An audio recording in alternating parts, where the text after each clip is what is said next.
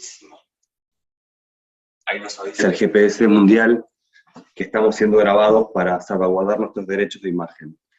Sí. Franco, mira, esto de Justificaciones es un programa de testimonios en relación a la pandemia y tiene un aspecto cultural. A mí me agradó mucho invitarte porque vimos todos tus materiales dentro de una cátedra de comunicación política acá en la Facu de Periodismo de La Plata, de la Universidad Nacional de La Plata, y me pareció que todo lo que planteabas estaba buenísimo en relación a la experiencia mundial del COVID en una primera instancia, y te quiero preguntar a vos, ¿cómo te fue con la pandemia? Porque estás en Alemania, yo sé que estás radicado ahí, que laburás un montón, pero si querés comentar un poco, chiquito aunque sea, ¿cómo fue tu experiencia desde que surgió el COVID hasta ahora? Que bueno, estamos en un avanzado plan de vacunación en Argentina y con una creciente restricción en Alemania. Bueno, a ver, ahí debería dividirlo en varias partes, ¿no? Por un lado, desde lo profesional, me fue muy bien. Yo trabajaba desde antes de la pandemia haciendo videos, haciendo podcasts, bueno, diferentes cuestiones de comunicación para transmitir cuestiones de educación política, ¿no? Básicamente cómo funciona la democracia en Alemania, etcétera. Y en ese sentido, digamos, con la pandemia esto explota, ¿no? En el buen sentido de la palabra. Es decir, hay muchos pedidos de diferentes organizaciones, universidades, etcétera, que necesitaban podcasts, que necesitaban videos, que necesitaban transmitir. Incluso la Unión Europea, llegué a tener hasta la Unión Europea como cliente, que necesitaban reemplazar todo lo que iban a hacer en vivo y en directo, ¿no? Y eso, bueno, fue algo que me cambió bastante la estructura de lo que yo tenía pensado para el año, para bien, en algún sentido. Y desde el punto de vista personal, claro, eso fue un desafío enorme, como lo fue para todos. No solamente por el hecho de estar encerrado, porque en realidad en Alemania nunca fue tan estricta la cuarentena, al menos si lo comparo con lo que me cuentan familiares y amigos que viven en Argentina u otras personas que conozco en otros países de Europa, España, Italia, por nombrar dos ejemplos. Acá la cuarentena fue eh, bastante laxa, ¿no? En el digamos, en algún sentido. Es decir, uno podía salir a caminar, podías ir al bosque si te tocaba vivir como vivo yo en un pueblo, ¿no? Alejado de una ciudad. Si era una ciudad como Berlín u otras grandes, es verdad que también era más laxa, pero también había restricciones lógicas de espacio por densidad de población. Entonces te decía, desde lo personal fue un desafío porque había que combinar este trabajo que había crecido de pronto, que te acabo de describir, que eran muchas horas y muchos proyectos y todos muy interesantes, pero al mismo tiempo necesitaba de tiempo, valga la redundancia, y por otra parte, toda la cuestión de la vida personal y la familia. Yo tengo dos hijas que van a la escuela ya. Al principio de la pandemia una iba a la escuela y la otra iba todavía al preescolar y después, bueno, las dos a la escuela y ahí había que hacer el homeschooling y la tarea y las nenas acá y también que se aburrían y que no teníamos una estructura clara de qué hacer, qué no hacer, etcétera. Mi esposa también trabaja a tiempo completo, entonces, de hecho, trabaja más que yo. Entonces, claro, era un lío, ¿no? Y en ese sentido sí me llegó a agobiar, especialmente fines del año pasado y principios de este, que había sido hasta ese momento el peor momento de la pandemia en Alemania, ahora es peor en términos de números, muere mucha gente por día, hay muchos contagiados, pese a que tenemos vacuna. Bueno, y ahí hay diferentes variables o cuestiones, ¿no? Que mencionar. Por ejemplo, algo que ya mencionaste en la pregunta, el estancamiento de la vacunación, ¿no? Acá se estancó en 70% y no se mueve de ahí. Y bueno, eso es un problema y también hubo una liberación, entre comillas, temprana de todas estas medidas de cuidados. No, no hablo ya de la cuarentena, sino el hecho de cuidarse de tener distancia, cuidarse de no ir a lugares muy concurridos, etcétera. Bueno, eso se fue liberando muy rápidamente. Supongo que tiene que ver con que hubo campaña electoral y los políticos prometieron muchas cosas y querían dar esa imagen. Y eso generó que ahora estamos en el peor momento por lejos, ¿no? En cantidad de contagiados, en la situación, digamos, fuera de control, las medidas llegando tarde y bueno, esa es la situación actual y es bastante Genera cierta angustia. En mi caso personal se mezcla un poco, que no sé por qué, maldita sea la hora en la que se me ocurrió pensar cuánto hace que no voy a Argentina, y no voy desde octubre de 2019, y me pegó un poco desde lo emocional eso. Eh, Más que nada teniendo en cuenta que toda mi familia, mis amigos están allá, ¿no? No viven acá en Alemania. Y por otra parte, la situación de decir otra vez lo mismo, digamos, si esto ya lo habíamos pasado, si supuestamente cumpliendo todo, quedándonos, respetando las reglas, etcétera, esto se iba a superar, bueno, no, no es el caso. Y bueno, hay que seguirla remando. Increíble, Franco. No puedo eludir preguntarte por la naturaleza de tu laburo, que está buenísimo, déjame decirte, ¿qué aspectos de la pandemia logra capitalizar la tremenda derecha radical a nivel, yo te pregunto mundial porque un poco eh, la pandemia globaliza ciertos comportamientos políticos, pero a nivel regional particularmente vos venís de unas elecciones, al igual que nosotros. Entonces, en ese sentido, yo te puedo decir que acá por lo menos, eh, en las pasos ya lo sabrás, la pandemia, la vacunación y demás agendas fueron capitalizados por la ultraderecha y repercutió en las bancas, obviamente. Mira, acá el tema de la pandemia durante la campaña electoral de alguna manera desaparece de la agenda, o se reduce muchísimo. La discusión iba por otro lado en este caso. Entonces, si bien hay un partido de ultraderecha, Alternative für Deutschland, que es el partido que desde 2013 de alguna manera representa ese espectro político a la derecha de la centro derecha tradicional, conservadora, democristiana, eh, intentó este partido sacar provecho de la pandemia, del tema este de criticar al gobierno por tomar medidas para cuidarnos, ¿no? De intentar emparentarlo con medidas de la época del nacionalsocialismo, bueno, una serie de cuestiones, que hoy todavía se escuchan, pero que en ese momento eran novedosas, y que encajaban también, con la época en la que todavía Donald Trump era presidente. Entonces había como una especie de clima de época de estas nuevas derechas cuestionando, el accionar de gobiernos democráticos, pero ponerlos del lado de un supuesto autoritarismo, ¿no? En una especie de paradoja, ¿no? Justamente los que quieren una sociedad más autoritaria eran los que, digamos, denunciaban algo por el estilo, ¿no? Esto se vio en España, bueno, se vio en muchos lugares, no solamente en Alemania, pero aquí también, y eso en algún momento se rompe, ¿no? Creo que tiene que ver también con que, en algún punto la vacunación empezó a funcionar acá a principios de año, y digamos como que bajaron mucho los números, y deja de estar en agenda, y también, bueno, la discusión política iba por otro lado, la discusión social también, y, y pierden ese elemento. Pero es cierto que lo usaron, lo intentaron usar, y hoy en día lo usan. De hecho, si uno ve la reunión de ayer en el Bundestag, que es el Parlamento Federal Alemán, el Congreso, digamos, donde se decidió cambiar una serie de cuestiones por, este último brote de coronavirus, y todos los contagios, etcétera. Se hizo una reunión, perdón, una sesión, donde se discutieron estas cuestiones, y Alternative für Deutschland es el único partido que tiene diputados que no están vacunados y que no se testean tampoco. Entonces están ubicados en una tribuna, separados al costado, ¿no? Obviamente para no contagiar a las otras personas, si es que están contagiados, porque ni siquiera se testean. En un claro ejemplo de cómo funciona la provocación estratégica, ¿no? Que es uno de los elementos básicos de estas derechas, y que la pandemia y las medidas, de restricción que nos cambiaron la vida a todos, que es algo que nunca a nadie que está vivo le había pasado, pese a que ha habido pandemias en el pasado, nadie vivió otra, en el mundo.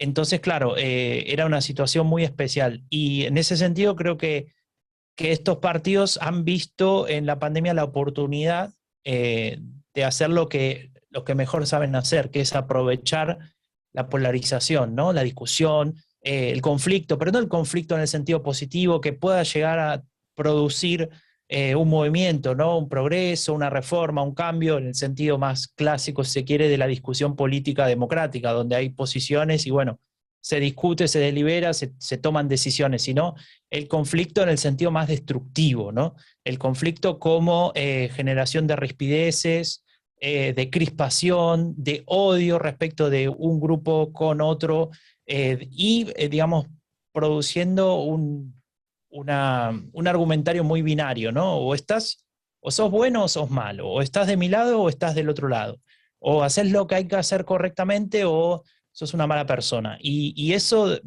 digamos, lo que genera básicamente es la materia prima para que este tipo de partidos puedan evolucionar electoralmente, porque claro, cuando hay enojo, cuando hay protesta, estos partidos ofrecen esa plataforma, ¿no? Si te querés quejar, nosotros somos los únicos que estamos fuera de ese sistema. Y a veces es una decisión sencilla de tomar, ¿no? De decir, bueno, voy a llamar la atención del resto votando estos partidos. No es la única causa del voto, son muy complejas las causas de voto a la derecha radical y a la ultra o a la extrema derecha en algunos países, pero si vamos al caso de la pandemia en particular, y cerrando ahí la respuesta a tu pregunta, claramente este tipo de partidos han visto la oportunidad de activar esos mecanismos que le han funcionado bastante bien en muchos lugares. Provocación estratégica, racismo encubierto, teoría conspirativa, son los títulos de tus últimos audioanálisis, donde juntás, si no me equivoco, corregime por favor, digamos, puntos en común que tienen las estrategias políticas de la ultraderecha a nivel regional. ¿Querés contarnos un poco de tu último laburo? Mira, eso era una especie de podcast cortos, digamos, de transición entre diferentes temporadas de Epidemia Ultra, ¿no? Epidemia Ultra es un podcast narrativo documental donde contamos la historia y de alguna manera transmitimos conceptos e ideas básicas que tienen que ver o que se han estudiado sobre estos partidos de derecha radical y en algunos casos hasta de extrema derecha, y lo hacíamos país por país. Eso lo hicimos durante noviembre y hasta febrero de este año, recorriendo 10 países diferentes en diferentes lugares del mundo. Y cuando eso terminó, a mí me quedaba de alguna manera pendiente explicar algunos conceptos básicos para entender cómo funcionan, ¿no? Que si bien ya los había tocado en algunos episodios, los quería apuntalar más, ¿no? Entonces lo que hice fue hacer una especie de monotemático de cada uno de estos temas, como vos bien decías, eh, tratando de dejar en claro tal vez cuestiones que se mencionaron, pero profundizando concretamente sin hacer o sin aplicar el formato narrativo documental, es decir, ahí no hay entrevistados, ahí no hay ficción o escenas de ficción, ahí no hay, digamos, un relato más narrativo, sino que concretamente al hueso, tratando de explicar en 7, 8, 9 minutos algún concepto importante, ¿no? En este caso, como vos mencionabas, algunos denominadores comunes entre diferentes fuerzas. Claramente que cada contexto y que cada país y que incluso cada fuerza política de este tipo ofrece sus propias características y se puede analizar también en particular, pero era importante establecer estos elementos que tienen que ver muchas veces con estrategias de comunicación. Yo estudié comunicación en Argentina, en la Universidad Nacional de La Matanza, después estudié política en España y después volví a estudiar comunicación, a hacer mi doctorado acá en Alemania. Es decir, que mi base o mi foco, mi visión siempre va para el lado de la comunicación, del discurso, ¿no? Pese a que es importante también ver otros aspectos, pero en este caso me orienté a eso y ahí es donde aparecen esos tres elementos que vos mencionabas que son claramente parte de un discurso político, ¿no? La capacidad de provocar estratégicamente, es decir, provocar con un objetivo político claro que tiene que ver con llamar la atención y estar en la centralidad de los debates. El racismo encubierto, que es una estrategia de comunicación para de alguna manera legitimar ciertas ideologías claramente rechazadas por la inmensa mayoría de personas en países donde rige una democracia en el sentido más amplio del término. Y el tercero era el de las teorías conspirativas, que tiene que ver con la capacidad que tienen estos partidos para transmitir ideas, o mejor dicho, para transmitir eh, historias o relatos que tienen una coherencia interna tan potente que parecen verídicos, pero que parten de una premisa que es falsa o no comprobada, y justamente de ahí nacen estas teorías conspirativas que ayudan a muchas personas a justificar el apoyo por este tipo de partidos o por las ideas que definen este tipo de partidos, ¿no? Ideas antimigración o ideas en contra de minorías, ideas en contra de, por ejemplo, la igualdad de género, etc. Y por eso era importante. Eso lo hice como para terminar esa temporada y luego, bueno, hice una pausa porque tenía otros proyectos relevantes, hicimos unos seminarios también, o sea, seguimos trabajando el tema, pero ya con menos intensidad y ahora sí volvimos a trabajar específicamente en la segunda temporada para hacer otra ronda de países diferentes a los de la primera y poder transmitir más un poco lo que se ha estudiado y lo que se sabe sobre estas otras expresiones de derecha radical, intentando entenderla para después saber qué hacer frente a eso, ¿no? Y no estar indefenso ante su crecimiento. Increíble, Franco, increíble. Hasta acá estás solamente vos en cámara. Así que si querés tirar un chivo, este es el momento. O si querés hacer una invitación o algún aviso, porque ahora voy a entrar yo en cámara y vamos a hacer un pequeño diálogo. A ver, bueno, los invito a escuchar Epidemia Ultra. Está disponible en todas las plataformas de podcast, o si no en nuestra web, epidemiaultra.org. Van a encontrar la primera temporada y muy pronto, a principios del año próximo, saldrá la segunda temporada, así que espero que nos sigan acompañando con ese proyecto. Que está buenísimo, proyecto que está buenísimo. Franco, bueno, entonces ahora aparezco yo en cámara y la idea es preguntarte cosas un poquito más incómodas, o sea, no tan políticamente correctas, si te parece. Igual, si querés me contestás, si no, no, son 2 preguntas nada más. Justificaciones vienen en relación a, bueno, justificar un poco nuestro modo de vida pandémico, en relación a la pandemia. Y en ese sentido hay una pregunta que yo hago a todos los compañeros, que es cómo se sostienen. Pero primero te cuento yo cómo me sostengo. Yo soy ayudante adscripto de una materia de la facultad, o sea que recibo casi el escalafón más bajo de la escala universitaria, y laburo en un teatro, acá en la provincia de Buenos Aires, en La Plata. Soy actor, director, hacemos siempre dentro del aparato provincial con cierta rigurosidad y cierta precariedad. La pandemia ha dejado a los trabajadores de la cultura, de la comunicación y muchos otros en un lugar tremendo, a pesar muchas veces de ser personal esencial. Por lo que vos mencionabas al principio, que yo te estaba viendo cuando preparaba la entrevista, estuviste en la Dolce Cadena, o sea, una relevancia y tal vez una trascendencia por medio de las redes que no se ve para nada reflejada, o por lo menos lo que yo pienso, a nivel laboral. ¿Vos qué me podés decir de eso? Monetario, ¿eh? Sí. No, yo básicamente, digamos, desde que me mudé acá al sur de Alemania, me dedico prácticamente, todo lo que hago es online, o sea, desde mi despacho en mi casa. Digamos, el home office que se hizo tan expandido, o se volvió tan importante durante la pandemia, lo hacía desde antes. Y lo único que hacía que no pude hacer más era dar conferencias, dar charlas, viajar a algún lugar que me invitaran. Pero la verdad es que eso era algo que no me dejaba mucho. A veces pagaban, pero no era algo de lo que se podía vivir. Más que nada eso lo que hacía era construir una reputación para que después te llamen otros y sí sacar adelante proyectos que son pagos, ¿no? Los trabajos que tengo tienen que ver con proyectos concretos que tienen un principio y un fin, es decir, yo soy lo menos parecido a un trabajador tradicional que va de 8 a 16 o a 17 o a 18 a su trabajo y después cobra a fin de mes. Eso para mí es raro. He hecho ese trabajo en mi vida, pero no en este momento. Entonces, hay meses donde gano un poco más, hay meses donde gano un poco menos, depende. Y los trabajos, digamos, básicamente, al menos en los últimos tiempos, que me han redituado y que he podido, digamos, vivir de eso, tienen que ver, como te decía, con la producción de podcast, más que nada para iniciativas o organizaciones, por ejemplo, medios de comunicación en España o para organizaciones, por ejemplo, muchas relacionadas con el tema del medio ambiente, ¿no? Se discutía mucho el tema del cambio climático antes que llegue la pandemia acá en Europa. Ahora se vuelve a discutir menos que antes, pero en ese momento era muy potente, entonces hay muchos proyectos de explicar, ¿no? ¿Qué es esto del cambio climático? De explicar qué se puede hacer o qué no se puede hacer. Bueno, diferentes cuestiones. Y ahí había mucho interés.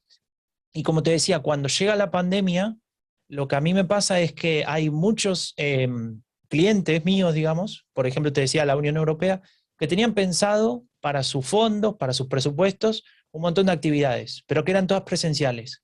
Todo ese dinero queda, digamos, sin padre, básicamente, no sabían qué hacer y hay que gastar, o sea, son partidas presupuestarias, y a alguien se le ocurrió decir, bueno, en vez de hacer un acto, por ejemplo, la Unión Europea el año pasado cumplía 70 años, o el año pasado, cumplía 70 años de no sé qué declaración, entonces iban a hacer un acto y qué sé yo, bueno, no lo podían hacer, entonces dijeron, bueno, vamos a hacer que diferentes representantes de diferentes países den su mensaje, entonces, bueno, hay que hacer un video. Y ahí tuve la suerte de estar en el momento correcto, en el lugar indicado, y lo mismo con los podcasts. Eso es básicamente digamos, de dónde vienen mis ingresos, además de que, bueno, como vivo con mi esposa y ella también trabaja, tiene los suyos, entonces ahí juntos somos lo que sostenemos la familia, digamos. Las diferencias son siderales en tanto y en cuanto a territorialidades. Yo creo que tanto laboralmente como académicamente, esto vino para quedarse. Incluso en un sector en un sector ya establecido, como por ejemplo la producción de podcast o la labor periodística más freelancer, en un punto. Ahora, las diferencias territoriales son siderales. En relación a eso, la pandemia las ha agravado. El Estado alemán tiene ciertas contemplaciones, por ejemplo, vos que sos padre de familia, tu mujer, tu compañera o compañera ha pasado seguramente, si fue cuerpo gestante, ha pasado por un proceso de embarazo y en ese proceso ha recibido ciertas contemplaciones del gobierno, vos como figura paterna también, hay diferencias siderales entre lo que es las restricciones, disculpame, tengo un diálogo pandémico ya, entre las contemplaciones que pueden tener acá en Argentina las profesiones y lo que pasó con la pandemia y en Europa. ¿Querés decir algo en relación a eso? A los compañeros, a los pares, a los periodistas, a la cantidad de migrantes que se van de la Argentina a buscar nuevas labores en Europa. Si no, o sea, está todo bien, pero es un fenómeno muy común, y vos sos una persona muy formada, y de la educación pública. ¿Algún comentario en ese sentido también? A ver, hay una cosa que dijiste ahí que me pareció interesante y que yo siempre cuento, ¿no? A ver, hay cosas de Alemania que me gustan mucho, hay otras que no. Es decir, yo no soy de ninguna manera alguien que pueda englobar, ¿no? Y decir, es mejor en un lugar que en otro, o viceversa. Entonces, a veces cuento algunas cosas, a veces cuento otras, dependiendo de lo que, digamos, del tema de que estamos hablando, y se ve ahí que tenés ventajas y desventajas. En el caso por ejemplo, el embarazo y, digamos, esto que vos decías, las contemplaciones y demás, Alemania tiene un estado de bienestar muy potente, ¿no? Donde el Estado es muy importante y que comparando con la situación de amigas en Argentina que estaban, digamos, pasando la misma situación de mi esposa, de estar básicamente embarazada y tener que trabajar mientras que estás embarazada o después los primeros años de vida del hijo, etcétera, eh, es bastante diferente, ¿no? Lo que ofrece el Estado. Por ejemplo, vos podés tomarte un año, entre comillas, de vacaciones, que en realidad se le llama tiempo de padres, o no sé, traducción literal, un poco por ahí va, y que te paga el Estado, creo que es hasta el 66% de tu sueldo que tenías al día digamos, de que dejaste de trabajar por paternidad. Entonces, obviamente que no es lo mismo, pero si vos podés y tenés un ahorro o algo, vos podrías vivir el primer año de tu vida con tu hijo, y no tener que a los 3 meses volver al trabajo o al mes y medio, no sé bien en Argentina cómo era la regla, pero iba por ahí.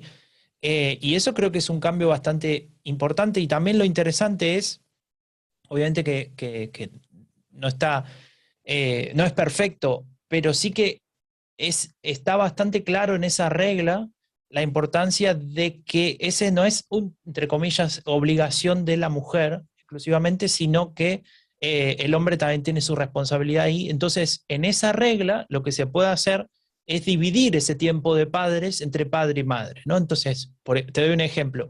La madre dice, bueno, yo estoy 6 meses en este tiempo de padre, qué sé yo, y después los otros 6 meses lo hace el hombre, digamos, y la mujer vuelve a trabajo o lo que sea que hacía antes. Entonces, ahí como que aparece esa ¿cómo se diría? Esa combinación, digamos, ¿no? Esa mirada donde, bueno, los dos son igualmente responsables y los dos pueden tener el mismo tipo de actividad con los chicos, etcétera. Y en ese sentido es una diferencia bastante grande porque yo he visto amigas, ¿no?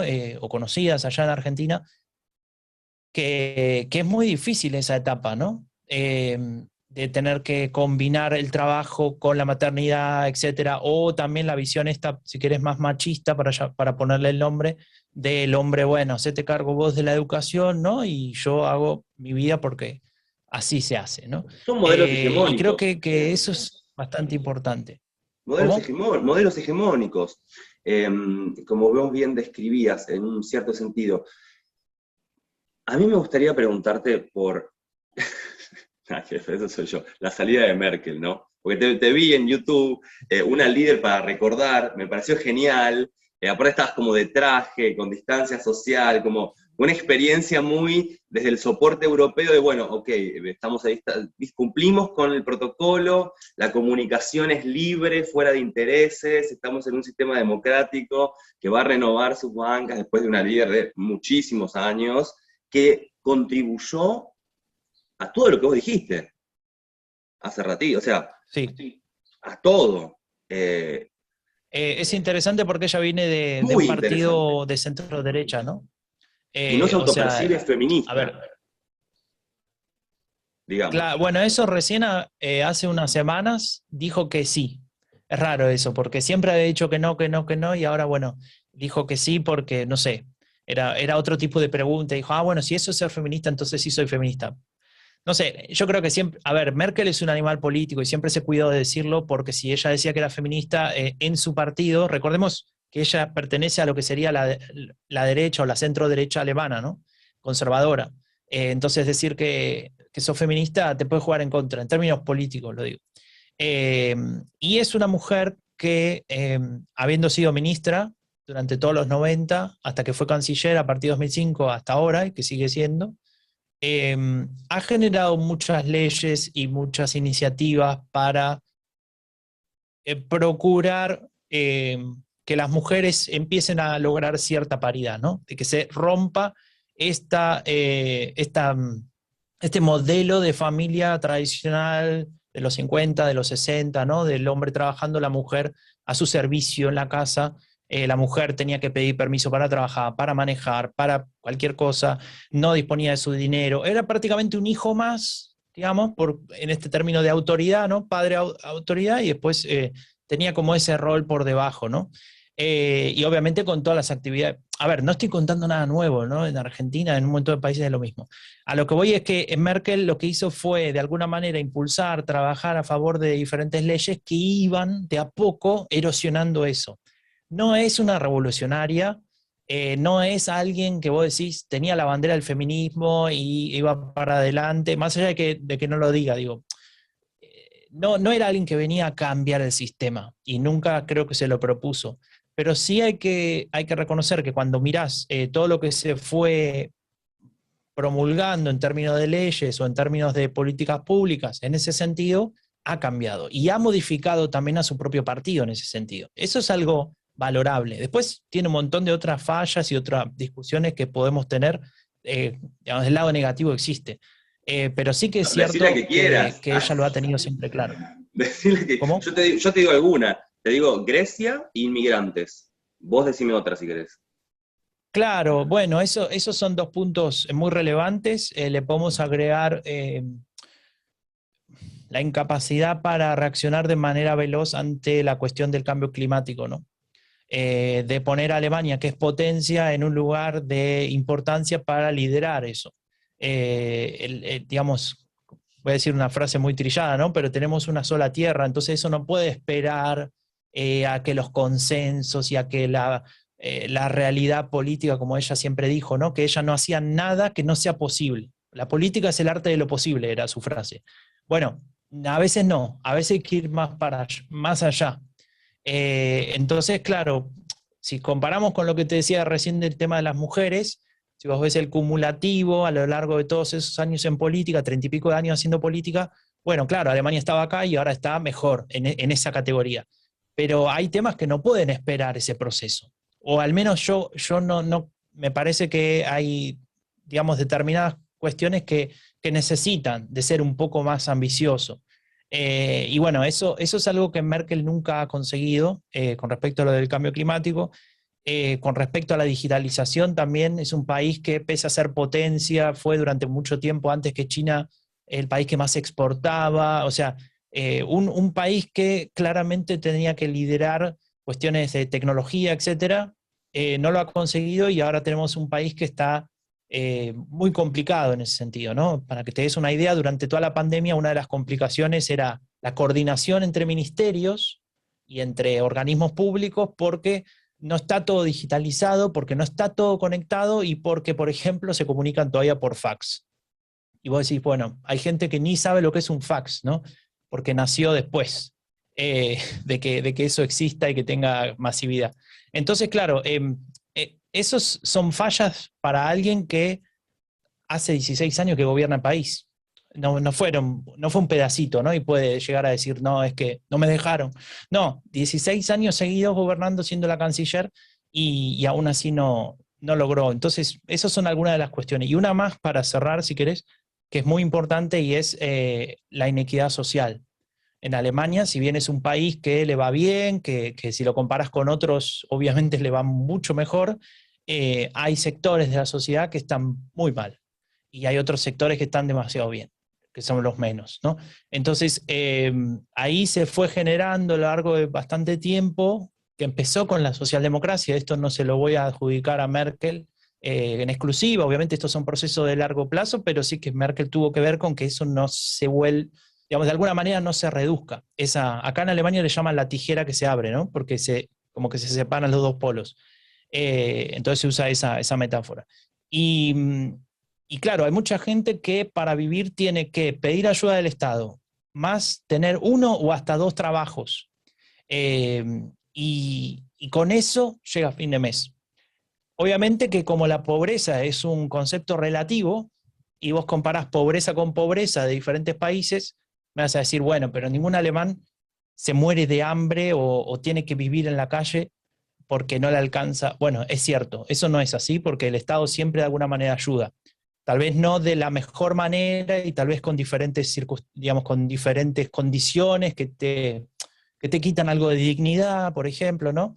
Pero es cierto que si lo comparas con cualquier país, digamos, por ejemplo, en Latinoamérica o en África o incluso en Asia, bueno, sí, estaría mejor un pobre alemán que un pobre argentino, ponele. Pero como es un concepto relativo, la pobreza se mide en función de lo que vos ves, ¿no? Entonces, un alemán pobre ve que no le alcanza para nada de lo que sí le alcanza para el vecino que tiene dos autos, su casa, que se va de vacaciones 4 o 5 veces por año. Eh, por nombrar cosas de lujo, ¿no? Pero también podría nombrar que no le alcanza, por ejemplo, para comprar lo que le pide la maestra a sus hijos, ¿no? De poner 5 euros, 10 euros, 20 euros para no sé qué actividad o para comprar no sé qué material que te pide la maestra. Y eso son cuestiones que te afectan en la dignidad, ¿no? Y que te marcan de por vida. Eso existe en Alemania y eso es algo que es una cuenta pendiente también. Pero acá también pasa un montón, o sea, todo el tiempo, acá pasa todo el tiempo. Yo vivo en Villa Elvira, Franco, es hermoso. O sea, pero digo, acá hay otras estrategias que tienen que ver con lo comunal y tienen que ver con la comunidad, básicamente, la comunidad. ¿Querés hacer algún comentario en relación a Argentina, a las elecciones, algo de eso? Porque está todo tremendo, un caldo de cultivo de la ultraderecha de acá que, mira, Sí, sí, ¿Sabes qué? Yo cuando fui, en 2019 fue la última vez no que te estuve ahí. asustes cuando vengas. Eh, no, no, vamos a ver cuándo voy. La verdad es que no sé cuándo voy a ir, porque esto de la pandemia se complica un montón. Pero más allá de eso, cuando fui la última vez, me acuerdo, y la anterior también, que fui 2 veces en 2019, tenía el libro este que escribí, el de Epidemia Ultra, que escribí con Andreu Jerez, colega, de acá, que vive acá también en Alemania. Y nada, llevé unos ejemplares y di algunas charlas. Creo que, no, a La Plata no fui, pero fui a algunas universidades nacionales a comentar eso y a llevar el libro a la biblioteca. Y me acuerdo que yo preguntaba a todo el mundo, amigos, conocidos, etcétera, qué político o qué fuerza política representaba estos intereses, ¿no? O sea, como que quién estaba adoptando esta narrativa de la antipolítica desde una visión nativista, de una visión autoritaria, de una visión absolutamente binaria, ¿no? Entre los buenos, los malos políticos, las buenas personas que somos nosotros y no ustedes, etcétera. Y me decían, no, eso acá no va a pasar porque hay algunos partidos de extrema derecha, ¿cómo se llama el tipo este? El de bigotes, iba a decir Viñone, pero ese es otro. Biondini, no sé, hay como esos políticos que tienen eso, pero eso es muy marginal. Y todas las expresiones de derecha, más o menos amplia, o están absorbidas por el peronismo o están absorbidas por el PRO y digamos todo ese grupo que surgía del otro lado. Y yo decía, bueno, pero esto es algo diferente porque justamente este tipo de partidos lo que hace es reaccionar ante los partidos tradicionales, entre comillas, ¿no? Es decir, el PRO no es un partido viejo, pero ya se puede decir que es un partido que tiene suficiente tiempo en la vida política argentina como para que pueda ser considerado algo, entre comillas, viejo La o clase recurrente. política. Claro, exacto, ¿no? Y me decían, no, eso acá no pasa, ¿no? Y yo, bueno, me fui con esa idea ya por 2019 y cuando se da todo esto de la combinación, porque eso es algo muy de Latinoamérica, en España, perdón, en Europa no es así, o al menos no lo es ahora. La combinación de ofertas políticas como las que acabo de describir, más la idea libertaria en sentido económico, más en algunos casos, no en Argentina, pero en otros lugares, aunque en Argentina también por otra agenda, pero después lo podemos discutir, que es el tema de lo religioso, más que nada relacionado al neopentecostalismo, ¿no? Que serían las iglesias evangélicas, que son muy potentes en toda Latinoamérica, mucho más potentes, en muchos países más potentes que incluso el catolicismo más tradicional. De hecho, hay un libro que te recomiendo de Ariel Goldstein, que es un colega que también aparece en Epidemia Ultra algunos episodios, que escribió El Poder Evangélico, es un profe de la UBA, un investigador, y describe país por país el rol del evangelismo o del neopentecostalismo, que tiene que ver con lo de lo libertario porque aparece la idea del mérito, ¿no? Aparece la idea esta de tenés lo que Dios te da porque crees mucho y si no tenés mucho es porque no crees lo suficiente, ¿no? Un poco por ahí va la cosa. Y creo que eso es algo propio de Latinoamérica y ahí cuando empieza a aparecer esto, a mí empieza a dar la impresión, bueno, esto es justamente lo que yo estaba preguntando, ¿no? Y se cristalizan estas elecciones que vos, como vos bien decías, con diferentes ofertas políticas, diferentes candidatos, medio con este discurso mesiánico, ¿no? Esta idea de yo vengo a salvar a Argentina de los males eternos, que bueno, también es parte de la cultura política argentina, ¿no? Ahí es cierto que siempre hay discursos en el sentido de esto está todo mal y hay que cambiarlo de completo, etcétera, y bueno, tiene que ver con, digamos, la idea de despertar pasiones, ¿no? Y de despertar lealtades, etcétera, pero también es cierto que para todo eso hay ciertos límites, ¿no? Entonces vos cuando rompés los límites de lo democrático, de la discriminación, del respeto por el otro, sea quien sea, tenga las características que tenga, está generando una sociedad que se rompe de desconfianza y de odio. Y entonces el odio hace que, por ejemplo, alguien, por el mero hecho de tener una orientación diferente, sexual diferente a la tuya, o por provenir de tal o cual barrio, o de tal o cual país limítrofe, o por ser peronista, por ejemplo, o ser radical, o ser el partido que sea, es alguien a quien tenés derecho a odiar y a despreciar con todo tu ser. Y eso no es una sociedad que yo me puedo imaginar que pueda ser pacífica y en la que se pueda vivir tranquilamente.